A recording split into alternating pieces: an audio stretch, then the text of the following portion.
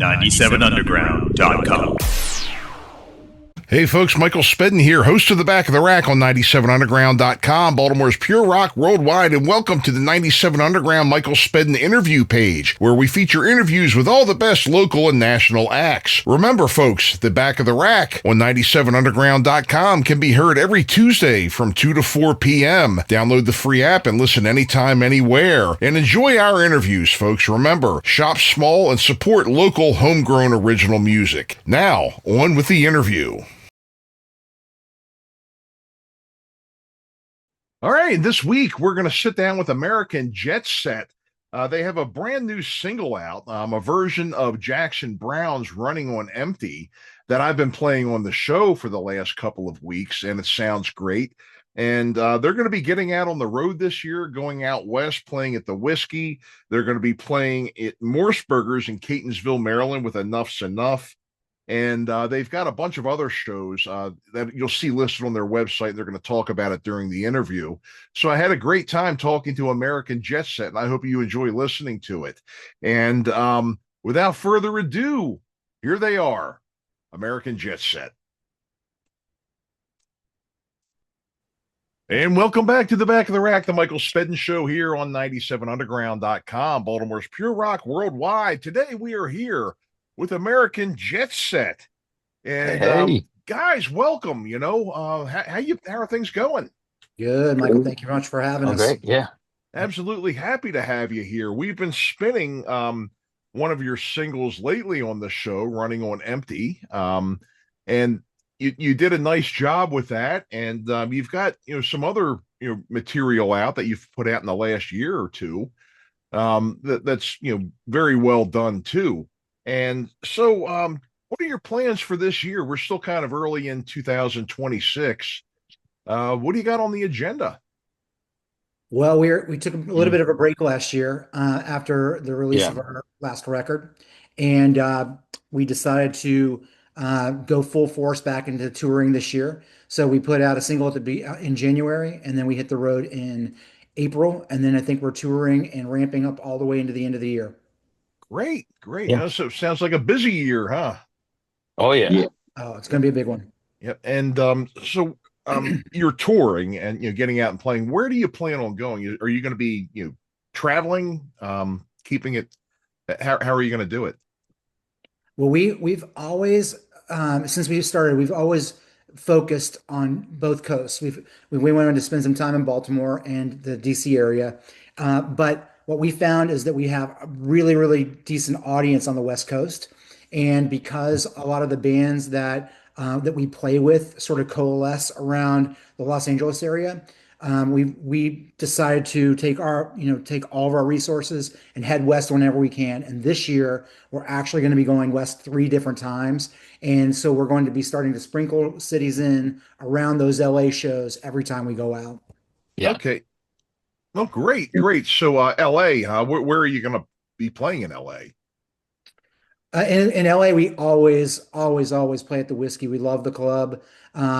People love seeing us there, and there's always a fantastic band to play with. Yeah. It sounds like it. I've had a number of people on the show that have been playing the Whisky, and they really enjoy it out there. And it's always a good night of music. It's usually, I guess it's almost like when we were talking earlier before the show, The Rage. You have usually multiple bands there that night, and everybody gets to showcase themselves. I guess, what do you get, like an hour or something, a set?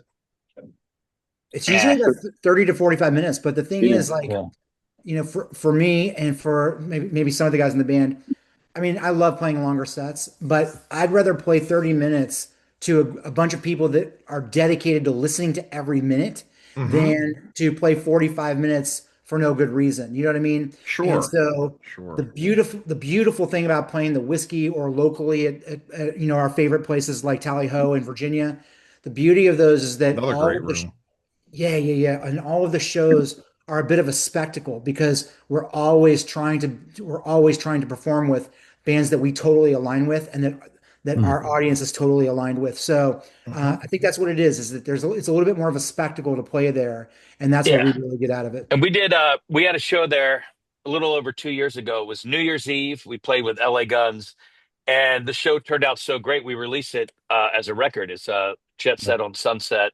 Um, that's why I got up. I was just trying to see a copy of it, but I don't see it around in here. But yeah, so we did that and put that out last year.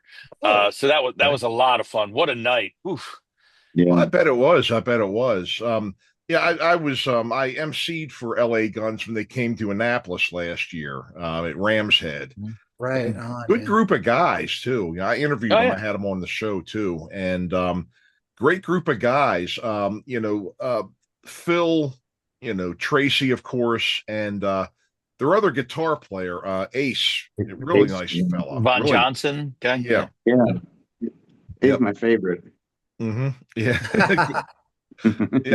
It was an excellent show too. I mean, they really did a nice set down there at Ram's Head. It was so great, the whiskey and the whiskey. I mean, that's got to be awesome. I mean, how many times have you done the whiskey? Oh man, we've played there a bunch. Like, At Yeah. one point, when we rolled in one day, and the monitor engineer saw us, and he's like, "Oh, the house band's back." Yeah. We're I think our show there in July will be, I think, the 15th time. Yeah. Something Okay. like that. Wow. Yeah. The 15th. It's great. I never did LA, but personally I played CBGB's and Oh yeah. Oh, yeah. Love it.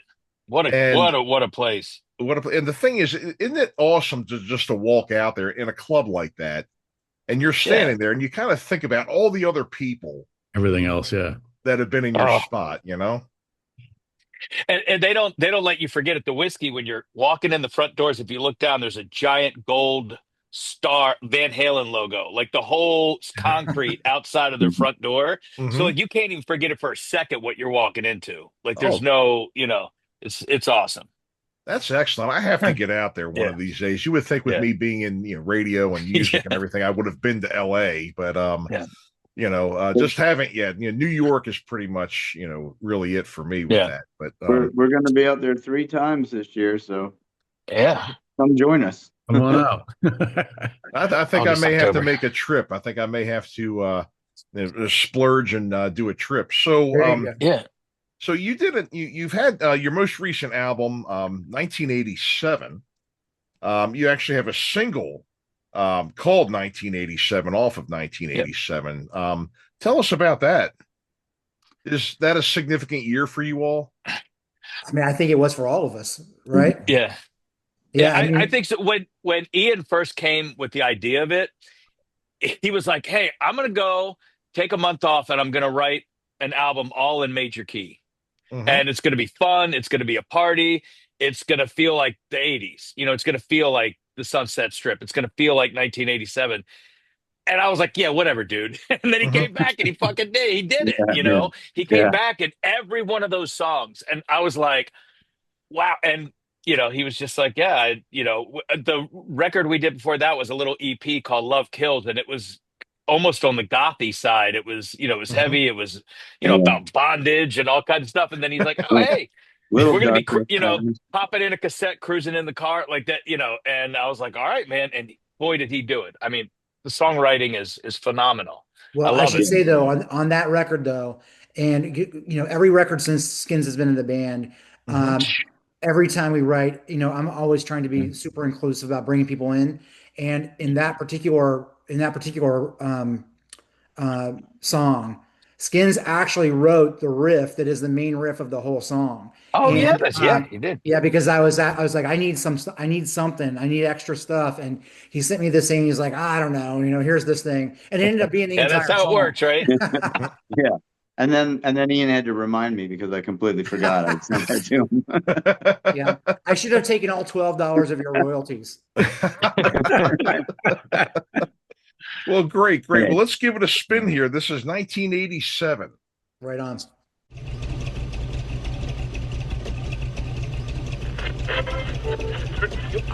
At the record store, saw you there and hit the floor.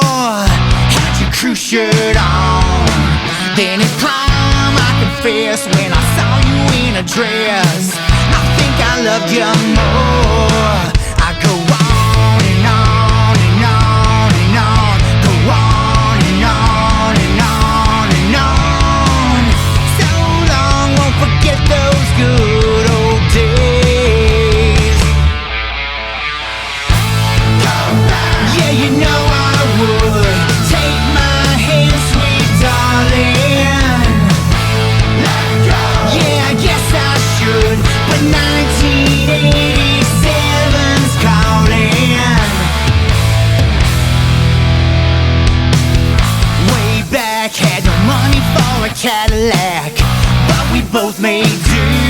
My chauffeur, my guitar didn't get me very far.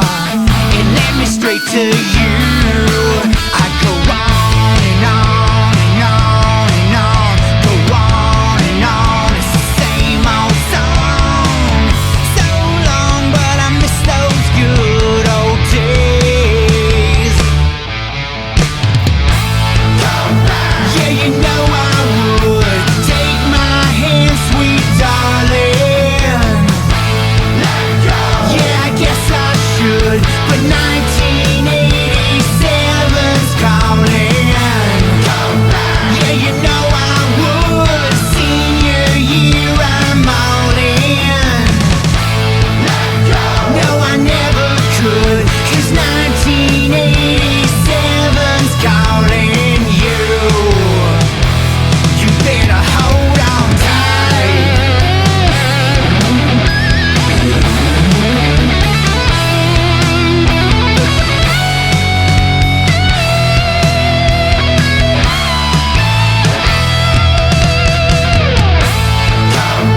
Yeah, you know I would. Take my hand, sweet darling. Yeah, I guess I should, but 1987's calling. Yeah, you know I would. Senior year, I'm all in. No, I never could, 'cause 1987's calling you. Calling you.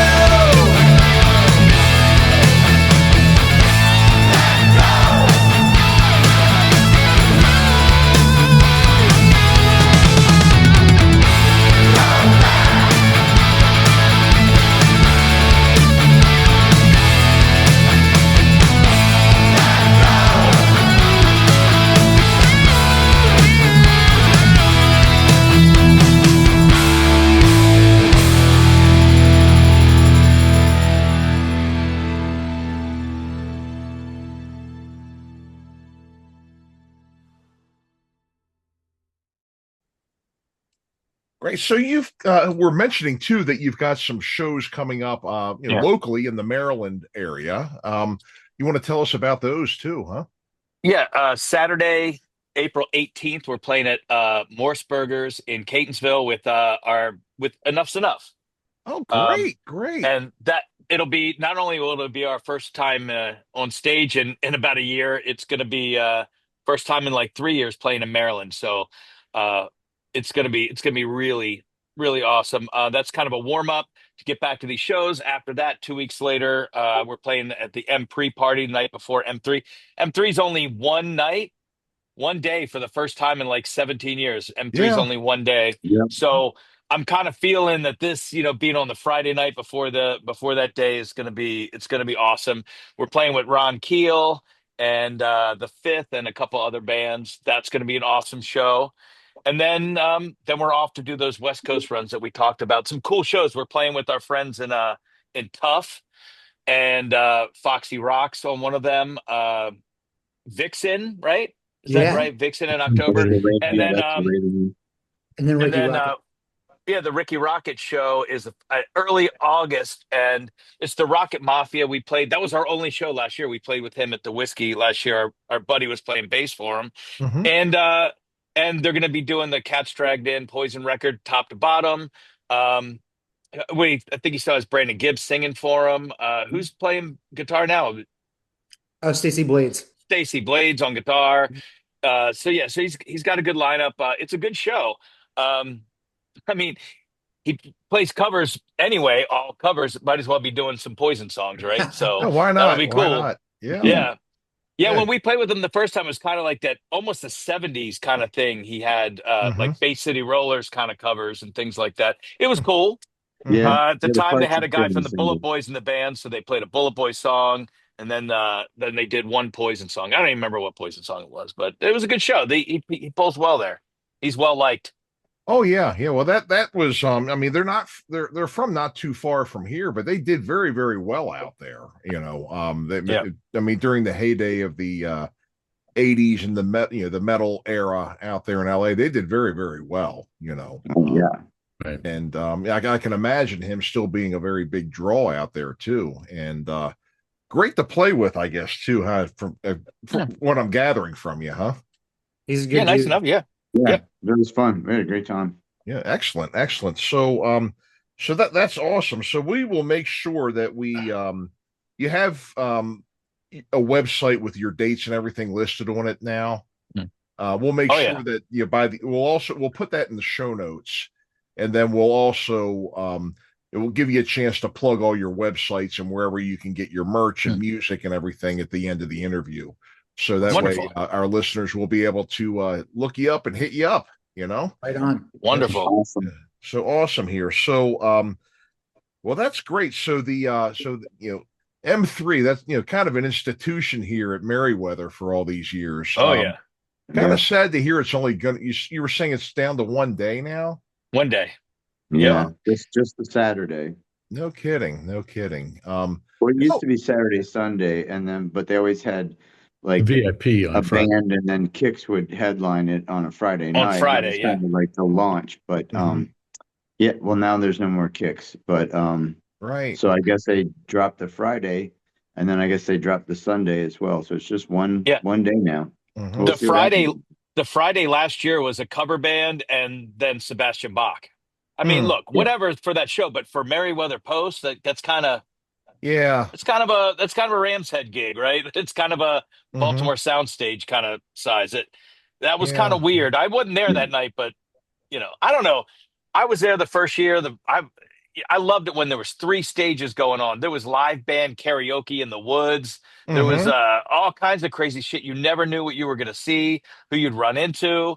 Mhm. It was awesome, and then Well, that burned away quickly. M3 is the reason this band exists, actually, because Oh yeah, Jeff was this huge M3 fan, and he had been talking to me about doing a band, like getting a band together that was like like the bands that we loved when we were kids. And yeah, I was like, whatever, because I was producing pop music at that time, Mhm. and I just really didn't have a lot of interest in it. And then he finally got me on a good weekend or something because yeah. he was like, Oh, I "Come remember. on, let's." I was in Jersey at a show. It was at a casino. It was a Firehouse and Winger. And there Mm. had to be like 3,000 people there. And I'd made a mention where I was, and he wrote back, he was like, say hi to the five people that are there. And I held up my camera and I showed, he was like, holy shit, I got to write Mhm. a record. Yeah. Yeah. So, Yeah. and it worked out great. I mean, since then, we've probably played with both of those bands. We Yes, played with yeah, that's Winger.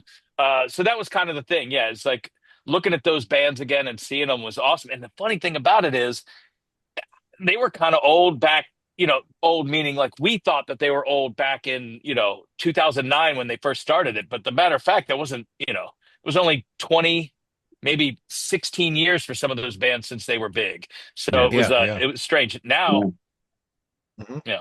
Mhm. that was 17 years ago. Oh yeah, I know. We've gotten to play with a lot of those bands. So, I mean, a lot of the Oh, bands yeah. that I grew up listening to, we've done a bunch of shows with them.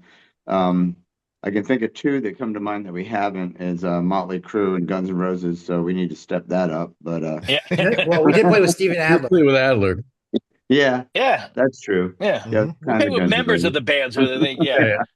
But we when it first started and it was going well and we were getting the great gigs and everything, we kind of as a band made a list of who we would like to play with. And I think there's Mhm. only two that we never did. That's And that right. would be Vane and Striper. I think those are the two on Mhm. the list that we just jotted down. Yeah. Not for lack of trying. Right, Yeah, No, right, no. right. I think we can make that happen. Yeah. So recently on the show, I've been playing another single of yours lately that Skinz sent me a couple of months or a month or so ago, and you did a remake of "Running on Empty," Jackson Browne. You want to tell me a little bit about that, and we'll give it a spin. Well, look, Yeah. first I'll say I just found out when we were in the studio that what you hear on the radio, the original version of that was actually recorded on stage at Meriwether Post Pavilion. Is that Oh, So right? that kind of was a Yeah. cool tie in there Yeah. too. Mhm. But go ahead. Sorry. No, it's good. Yeah. The song, first of all, I love the song. I mean, it's just a freaking classic. And I think that even since we put it out, I had no idea how many other people loved it as much as I did. Mm-hmm. So that's really cool to hear. But no, the song had been sort of on my mind for a while because I was doing a solo project for a bit and was thinking about doing that track. And we got together once in the middle of some personal stuff that was happening. My dad passed away, and we got together once to just do a rehearsal for something, and we did about 15 seconds of that song, Yeah. just jamming it out. And I was like, oh my God, this is actually a Jet Set song. Why would I even think about doing this myself? And And that's the most of it that we've ever played together, too. that's right. Yeah, but I don't even know if the band really kind of understood it. In fact, I think one of the guys in the band even reached out to me like, "Why are we doing this song?" But we went into the studio with our producer Tony, and who's a Grammy nominated producer. He's awesome, and we recorded the record. We put it together in just 2 days, and it ended up being exactly what I'd hoped for, but better, like even better, because Skin's guitar stuff on it is amazing. Kevin's bass parts are amazing. Jeff's parts. I mean, everybody really, really did this. In fact, Kevin actually sang for probably the first time ever, almost all of the background vocals. Like he covered almost all the background vocals, which was phenomenal, So yeah, super psyched that it came out the way it did. Excellent. Well, here it is. This is Running on Empty, the American Jetset version. Oh yeah.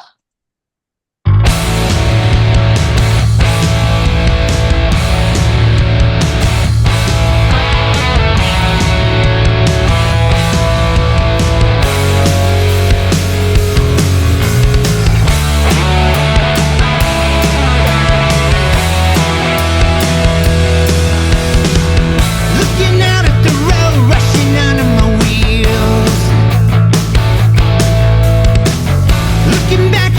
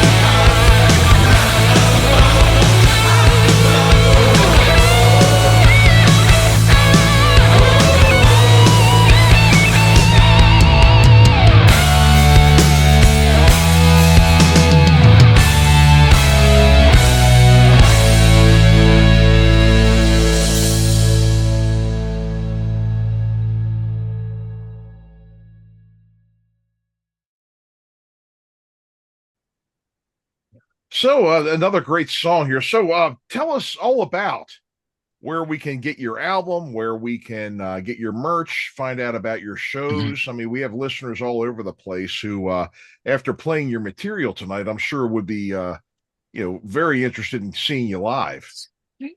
Yeah. So American Jetset. Yeah. Go ahead. Yeah. No, I'm saying, yeah, that's it. AmericanJetset.com. Mm-hmm. Everything's on there. Okay. Yeah. And we're on all the streaming platforms, all that. We're on all that. Yeah, and I think everywhere. it's funny, you were asking us earlier, and we were talking about how long these sets can be. Mhm. And when we're playing at these in LA and stuff, and it's like you don't get a lot of time. So we don't like to play our ballads because we're just trying to build the energy and go for 30 minutes, 32 minutes. Yeah. And Ian had posted from our account today, like he made a playlist of all of our ballads, and I had until I looked, I was like, holy shit, we got like 10, 12 Exactly. ballads. It's great because we never play them. They live on the records, right? We never play them because I think the only time we've ever played them is when we had like an hour and a half set, and we threw in the ballads where we could, bring the power back up in the set and everything. So I think he just posted that today on our Facebook page at American Jetset. It was like an all ballad playlist. Yeah. Well, of our songs. I saw the idea because on another podcast, someone had done a classic 80s ballads Valentine's Day show. And I was like, man, even though we weren't featured on it at all. I was like, this is the one time we should have been pushing 30 minutes worth of ballads, because we have all these songs. No one's ever no one really plays it unless they're like hardcores that play the whole records back to back. I got to break out the saxophone on a couple of them. Yeah, that's it. Yeah. Oh, that's sax so too, huh? That's awesome. Yeah, it's definitely something to check out. I'm excited to go back and listen to them because a lot of them, I haven't heard since the records were out, and we haven't played them. Yeah, I'm sure. Yeah, I'll definitely be glad to do it. Again, AmericanJetset.com. And you can, go there and you can link to everything. It looks like you have a Bandcamp page as well. Your Facebook and all your social media, I guess you have links to those on there as well, where people can find you and follow you and all that other good stuff, We're